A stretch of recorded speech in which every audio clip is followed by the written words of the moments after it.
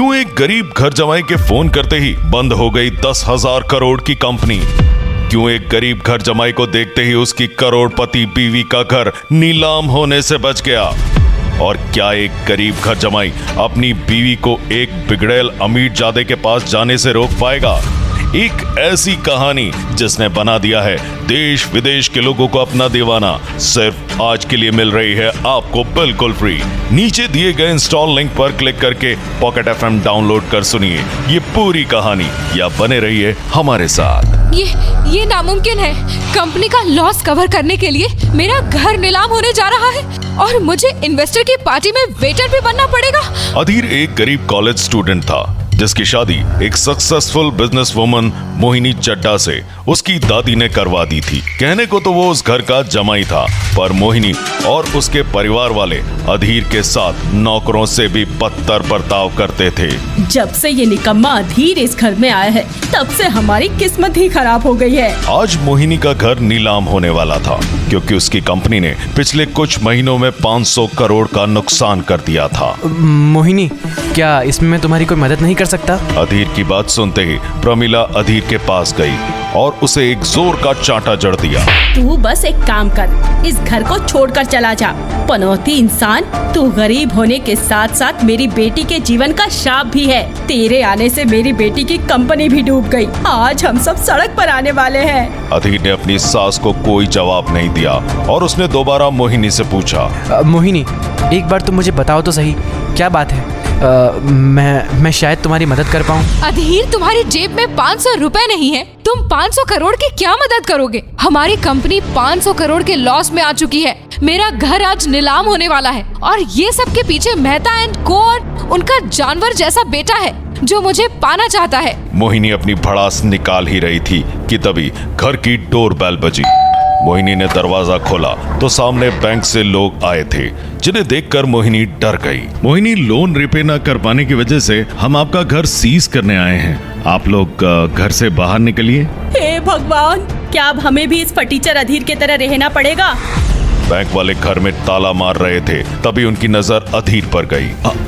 अधीर sir, आप यहाँ क्या कर रहे हो? ये घर मेरा ही है। ये आप क्या बोल रहे हैं? हमें माफ कर दीजिए, हमें पता नहीं था कि ये घर आपका है। मैं अभी बैंक में जाकर घर सीज करने का नोटिस कैंसिल करा दूंगा। सर प्लीज, आप मुझे माफ कर दीजिए। अगर आप नाराज हो गए तो हमारी पूरी बैंक बिक जाएगी। मोहिनी ये सब सुनकर चौंक गई। बैंक वाले सभी वहां से जा चुके थे। तभी अधीर ने अपनी जेब से फोन निकाला और किसी को फोन करता है। हेलो मेहता जी, आपकी कंपनी मोनिका टेक्सटाइल को डिस्टर्ब कर रहा हूँ। मैंने आपकी कंपनी दुगने दाम में खरीद ली है। थोड़ी देर में आपको पेपर्स आपके घर पर मिल जाएंगे और अपनी घटिया शक्ल अब मुझे और मोहिनी को मत दिखाइएगा। अधीर ने फोन रखा और वहां से चला गया। मोहिनी ये सब देखकर हैरान थी। तभी उसका फोन बजने लगा। फोन पर उसकी सेक्रेटरी थी। मैम, गजब हो गया, हमारा सारा लॉस कवर हो गया। हमारे शेयर्स काफी बढ़ चुके हैं और तो और मेहता एंड सन्स ने अपनी कंपनी भी बंद कर दी है। अधीर के एक फोन कॉल से इतना सब कुछ कैसे बदल गया? बेटा, पक्का तेरा फटीचर पति किसी टेररिस्ट के ग्रुप से जुड़ चुका है, वरना इस गरीब की बात तो कुत्ता भी न माने।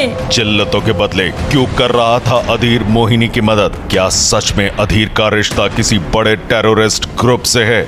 आखिर क्या है अधीर की सच्चाई? जानने के लिए अभी डाउनलोड कीजिए पॉकेट FM और फ्री में सुनिए इंडिया की सबसे हिट शो मिलेनियर घर जमाई। मोहिनी की कंपनी वापस से शुरू हो चुकी थी। घर भी नीलाम होने से बच चुका था, लेकिन खुश होने की जगह वो पूरी तरह चौंक चुकी थी। उसने अपनी माँ से कहा, माँ, मुझे अधीर की सच्चाई का पता लगाना होगा। तभी मोहिनी के फोन बजना शुरू हुआ, जिसमें उसके बिजनेस पार्टनर राजीव की कॉल आ रही थी। मोहिनी ने कॉल उठाई। दूसरी तरफ से राजीव ने कहा, मोहिनी, घबराने की जरूरत नहीं है। मैंने अपने डैड से कहकर मेहता एंड सन्स से बात की है और बैंक में भी कॉल करवा दी है। सब कुछ ठीक हो जाएगा। मोहिनी राजीव की बात सुनकर खुश हो गई क्योंकि राजीव एक पावरफुल आदमी था और उसके डैड काफी अमीर और पावरफुल थे। उनके कहने पर सब कुछ ठीक हो सकता था। मोहिनी ने राजीव को कहा, थैंक यू राजीव, सब कुछ ठीक हो चुका है। मोहिनी ने अपना फोन रखा और अपनी माँ को गले लगाकर कहा, माँ ये सब राजीव ने किया है, हम खामखा अधीर के बारे में सोच रहे हैं। मोहिनी खुशी खुशी अपने ऑफिस के लिए रवाना हो गई। ऑफिस पहुंचकर मोहिनी अपने केबिन में राजीव के साथ अकेली थी। तभी अधीर टिफिन लेकर मोहिनी के केबिन में जा पहुंचा। अधीर ने देखा कि राजीव मोहिनी के काफी करीब है और मोहिनी उसकी टाई ठीक कर रही है। अधीर ने हैंडल पर हाथ रखकर धकेलते हुए दरवाजा खोला। तभी मोहिनी ने गुस्से में कहा, बेवकूफ आदमी, अपने बॉस के केबिन में दरवाजा खटखटा कर आते हैं, मैनर्स नहीं है क्या? अधीर ने धीमी आवाज में कहा, मगर अभी मैं अपनी बॉस की नहीं, अपनी वाइफ की केबिन में आया हूँ। अपने बिजनेस पार्टनर राजीव के सामने ये बात सुनकर मोहिनी को काफी गुस्सा आया और उसने गुस्से में कहा, मेरे ना जाने किन पापों की सजा मिल रही है मुझे, जो भगवान ने इस गधे को मेरे गले से बांध दिया। मोहिनी को गुस्से में लाल पीला होते देख उसके ठीक बगल में खड़ा राजीव उसके कंधे पर हाथ रखते हुए बड़े प्यार से नरम लहजे में कहता है, शांत हो जाओ मोहिनी, अब वो समय नहीं रहा जहां औरतों को समाज के डर से मजबूरी में शादी निभानी पड़ती थी। मुझे तो समझ में नहीं आता कि तुम इसे तलाक क्यों नहीं देती। इतना कहकर राजीव चुप हुआ और फिर उसने हंसी उड़ाते हुए कहा, कहीं तुम्हें इस बात का तो डर नहीं कि फिर तुम्हारे लिए लंच कौन लेकर आएगा? राजीव का मजाक सुनते ही मोहिनी और भी ज्यादा गुस्से से भर गई और उसने तेज चाल में अधीर की तरफ अपना कदम बढ़ाया और फिर उसका हाथ पकड़ते हुए ऑफिस के बाहर ले गई। और मोहिनी ने गुस्से में चिल्लाते हुए कहा, अभी के अभी इस ऑफिस से बाहर निकल जाओ अधीर। अधीर पर मोहिनी के गुस्से का कोई असर नहीं पड़ रहा था क्योंकि उसे इन सब की आदत थी। अधीर ने बड़े प्यार से कहा, तुमने सुबह से कुछ नहीं खाया है, गुस्सा छोड़ो और लंच कर लो। मोहिनी को अधीर का ज्यादा केयर करना पसंद नहीं था। मोहिनी ने गुस्से में आकर कहा, आज के बाद तुम्हें मेरे लिए लंच लाने की कोई जरूरत नहीं। तुमसे मेरी शादी जरूर हुई है पर तुम्हें मैंने पति होने का अधिकार नहीं दिया है। तुम ऑफिस में एक मामूली से गार्ड हो तो अपनी औकात में रहा करो। जमीन पर इस तरह से खाने को बिखरा देख अधीर ने नजर झुकाई और टिफिन बॉक्स लेकर वहां से चला गया। मोहिनी के मन में आज अपनी दादी की अंतिम इच्छा याद आ गई जिसके चलते उसकी शादी अधीर से हुई थी। मोहिनी की दादी ने ठिठुरती आवाज में कहा, बेटी अधीर हीरा है हीरा, मेरी अंतिम इच्छा है कि तू अधीर से शादी कर ले। अगर तुमने अधीर से शादी नहीं की ना बेटा तो शायद मुझे सुकून नहीं मिलेगा। मुझे पूरी उम्मीद है तू अपनी दादी की आखिरी इच्छा जरूर पूरी करेगी ना बेटी, वादा करेगी ना? मोहिनी के पास हाँ कहने के अलावा कोई ऑप्शन नहीं था। मोहिनी ने अपनी सारी इच्छाएं दबाकर धीमी आवाज में कहा, हाँ दादी, मैं वादा करती हूँ, मैं अधीर से शादी करूंगी। मोहिनी दादी को दिए हुए वादे में पूरी तरह उलझ चुकी थी। मोहिनी ने खुद से कहा, दादी की अंतिम इच्छा इतनी वाहियात होगी मैंने कभी सोचा भी नहीं था। मोहिनी वापस अपने केबिन में चली गई। ऑफिस के सभी लोग इस बात पर मन ही मन हंस रहे थे मगर वहां पर एक जूही इकलौती ऐसी लड़की थी जिसे अधीर पर तरस आ रहा था। उसने अपने मन में कहा, अधीर जैसा पति सिर्फ नसीब वालों को ही मिल सकता है मगर इस हीरे की कदर मोहिनी मैडम को बिल्कुल भी नहीं है। अधीर मोहिनी के घर जा पहुंचा क्योंकि वो भी उस घर का घर जमाई था। अधीर के घर में कदम रखते ही उसकी सास प्रमीला ने आवाज दी और कहा, अधीर किचन में बर्तन रखे पड़े हैं, जाकर उन्हें जल्दी से धो दो। घर पर अधीर की इज्जत उतनी ही थी जितनी मोहिनी के ऑफिस में थी। अधीर बिना कुछ कहे किचन की तरफ जाने लगा। तभी मोहिनी के भाई उपमन्यु ने कहा, जीजा जी, आज आपने मेरे रूम की सफाई नहीं की थी क्या? आप घर में बस फ्री की रोटी तोड़ते हो। घर में हर कोई अधीर को जलील करता था मगर एक आदमी था जिसे ये सब पसंद नहीं था मगर घर में उसकी भी कोई खास नहीं बनती थी। वो आदमी अधीर का ससुर प्रमोद था। उसने अधीर के कंधे पे हाथ रखते हुए कहा, इन दोनों की कोई बात सुनने की जरूरत नहीं है, चलो आओ हम दोनों किचन में साथ में चाय बनाते हैं और चाय का आनंद लेते हैं। एक तरफ अधीर घर में था वहीं दूसरी तरफ मोहिनी की आज ऑफिस में बहुत ही जरूरी मीटिंग थी जिसमें यह पता चला था कि मोहिनी टेक्सटाइल का इस साल का रेवेन्यू बहुत ही कम हुआ है जिसके लिए उसे 1 महीने के अंदर 100 करोड़ का प्रॉफिट करना होगा वरना उसे अपनी CEO की पोस्ट से रिजाइन देना होगा। ये सुनते ही मोहिनी ने कहा, 1 महीने में 100 करोड़ का प्रॉफिट कैसे पॉसिबल है? तभी राजीव ने मोहिनी के जिस्म को घूरते हुए कहा, तुम चाहो तो मुझसे हेल्प ले सकती हो, रात को मेरे घर आ जाओ, डिनर और चेक दोनों रेडी रहेंगे। मोहिनी जानती थी कि इस हेल्प के बदले राजीव उससे क्या फेवर चाहता है। मोहिनी ने कहा, मुझे किसी की हेल्प की जरूरत नहीं है, 1 महीने के अंदर मैं इस कंपनी का प्रोफाइल 100 करोड़ करवा दूंगी। इतना कहते ही मोहिनी ने मीटिंग खत्म की और वहां से चली गई।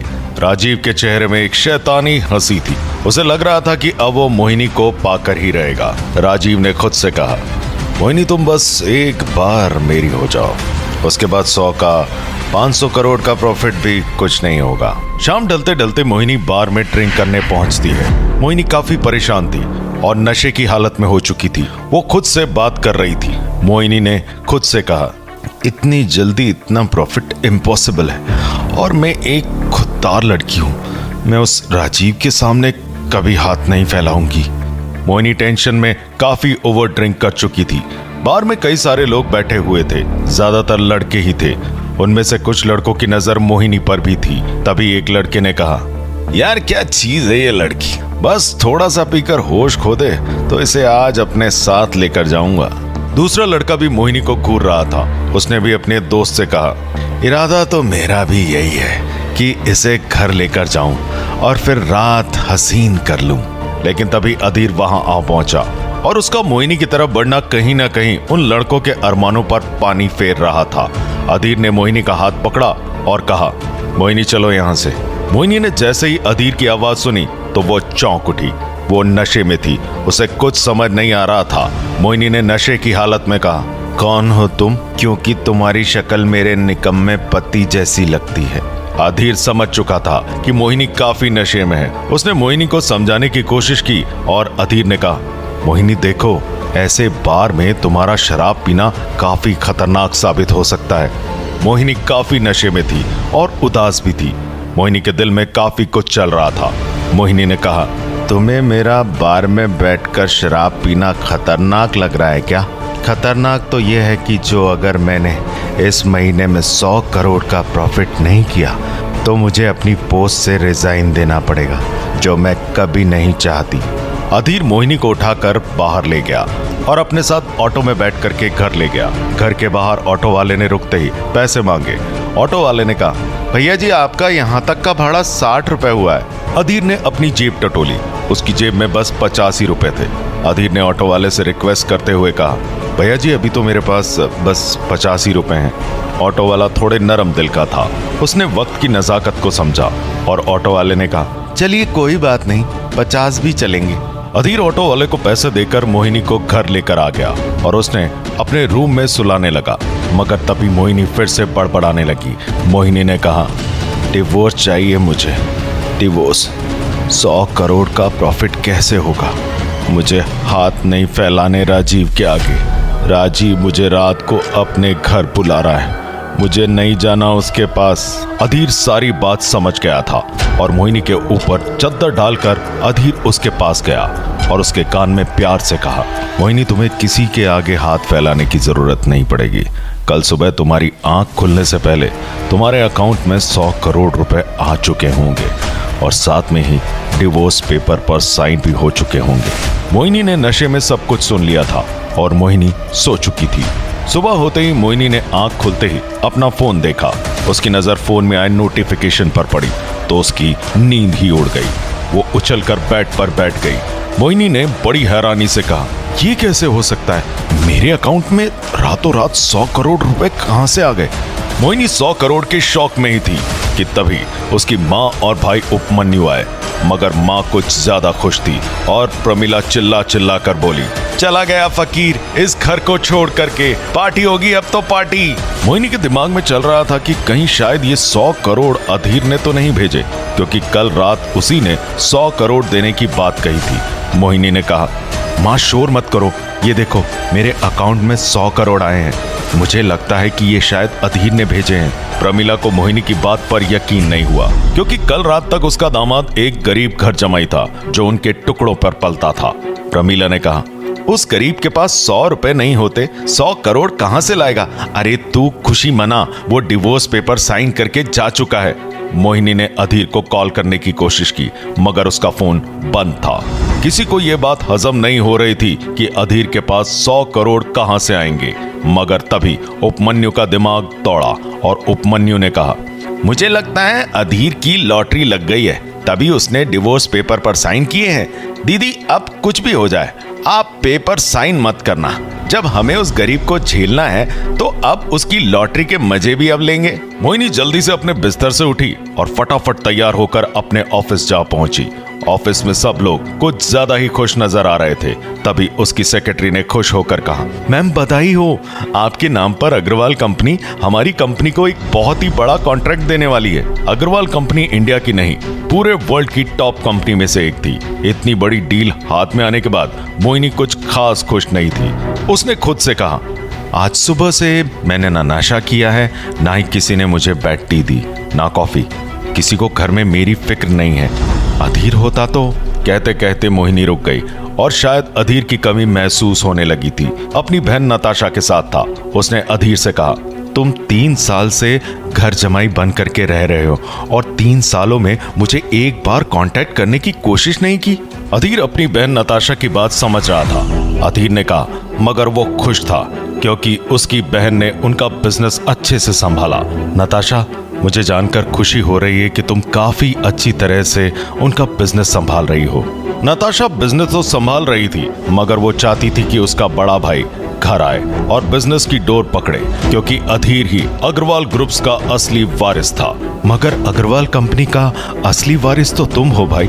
अधीर जो इतने सालों से गरीब घर जमाई बनकर रह रहा था, असल में वो दुनिया के सबसे अमीर खानदान अग्रवाल कंपनी का वारिस था। नताशा ने कहा, दादाजी ने मोहिनी टेक्सटाइल को एक नया नाम देने की कोशिश की है ताकि तुम्हारी शादी टिकी रहे। मोहिनी घर पर काफी अकेला अकेला फील करने लगी थी। तभी उसने अपने पापा का फोन उठाया और अधीर को कॉल किया। प्रमोद जी का कॉल समझकर अधीर ने उठाया। तभी मोहिनी ने जल्दी से कहा, तुम जहां कहीं भी हो चुपचाप घर आ जाओ। अधीर वापस नहीं जाना चाहता था और ऊपर से अब उनके बीच कोई रिश्ता भी नहीं बचा था, क्योंकि अधीर डिवोर्स पेपर पे साइन करके आ चुका था। मोहिनी, अब हमारे बीच कोई रिश्ता नहीं रहा, मैं वहां नहीं आ सकता।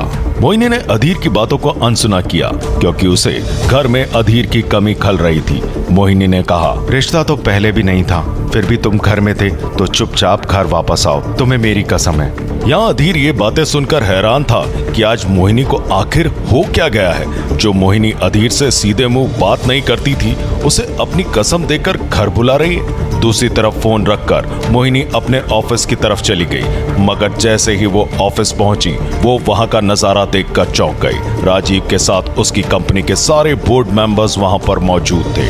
मोहिनी ने कहा, ये सब यहाँ क्या कर रहे हैं? मैंने तो किसी को बुलाया ही नहीं था। मोहिनी अब कॉन्फ्रेंस रूम में गई। तभी राजीव ने कहा, सुना है अग्रवाल ग्रुप से तुम्हारी बड़ी डील हुई है, कहीं तुम हमें भूल तो नहीं गई? मोहिनी थोड़ा कंफ्यूज हो गई और उसने राजीव की बात का जवाब देते हुए कहा, नहीं ऐसा नहीं है, मैं थोड़ा पर्सनल कामों में उलझ गई थी। अब कंपनी इतने प्रॉफिट में चल रही है तो मैं आप सबको कैसे भूल सकती हूँ। तभी कॉन्फ्रेंस रूम में सेक्रेटरी आया और उसने कहा, मैम नताशा अग्रवाल आ गई हैं, वो आप सबसे मिलना चाहती हैं। मोहिनी काफी खुश थी। मोहिनी ने कहा, उन्हें जल्दी से अंदर भेजिए। नताशा भी वहां जा पहुंची। जो अग्रवाल कंपनी की सीईओ थी, उसके वहां आते ही सब खड़े हो गए। नताशा ने एक एक करके सबको एग्जाम पेपर दिए, जिसमें सिर्फ मोहिनी ही पास हो पाई। नताशा ने कहा, मोहिनी, आज के बाद हमारी डील की 1 to 1 सिर्फ तुमसे बात होगी। सारे बोर्ड मेंबर्स के नताशा ने पसीने छुड़वा दिए थे। मोहिनी काफी खुश थी, मगर राजीव भी कहां इतनी आसानी से हार मानने वाला था। वो अकेले में जूही से मिला और राजीव ने कहा, तुम्हें और अच्छे से अपनी कंपनी की जासूसी करनी होगी और सब खबर मुझे देनी होगी। मैं तुम्हारी सैलरी डबल कर रहा हूँ। मोहिनी की एम्प्लॉय जूही राजीव के लिए काम करती थी। अब राजीव ने नई चाल चली और शाम को मोहिनी के घर जाकर उसकी माँ को एक हीरो का हार तोहफे में दिया। प्रमिला काफी खुश हो गई और प्रमिला ने कहा, इतना महंगा और खूबसूरत हार मेरे लिए? ये हार तो राजीव की चाल का हिस्सा था। उसने मोहिनी की माँ को अपनी तरफ करने के लिए ये पैंतरा अपनाया था। राजीव ने कहा, महंगा कहाँ, बस 2 करोड़ का है। आपकी खुशी के आगे कुछ भी नहीं माँ जी। प्रमिला राजीव की मीठी बातों से काफी खुश हो गई थी। प्रमिला ने कहा, काश तुम पहले मिले होते तो मैं तुम्हें अपना दामाद बना देती। इसी बात का तो राजीव इंतजार कर रहा था। उसके दिल की बात खुद प्रमिला ने कह दी। राजीव ने कहा, माँ जी अब भी देर कहाँ हुई है, आप बस अपनी बेटी को मेरे साथ शादी के लिए मना दीजिए और मुझे अपना दामाद बना लीजिए। राजीव की चाल काम कर चुकी थी। उसने मोहिनी की माँ को अपने पैसों के जाल में फंसा दिया था और प्रमिला भी हमेशा से ही अपने लिए ऐसा ही अमीर दामाद चाहती थी। क्या प्रमिला मोहिनी और राजीव की शादी करवा देगी और यहीं खत्म हो जाएगी अधीर और मोहिनी की लव स्टोरी? क्या मोहिनी को पता चलेगा कि उसका गरीब पति ही है 40,000 करोड़ का असली मालिक? आखिर किस मजबूरी ने एक अरबपति को बना दिया था बर्तन मांजने वाला? हर कोई हो चुका है इस कहानी का दीवाना। सस्पेंस से भरी कहानी का राज जानने के लिए अभी डाउनलोड कीजिए पॉकेट FM ऐप और बिल्कुल फ्री में सुनिए मिलेनियर घर जमाई।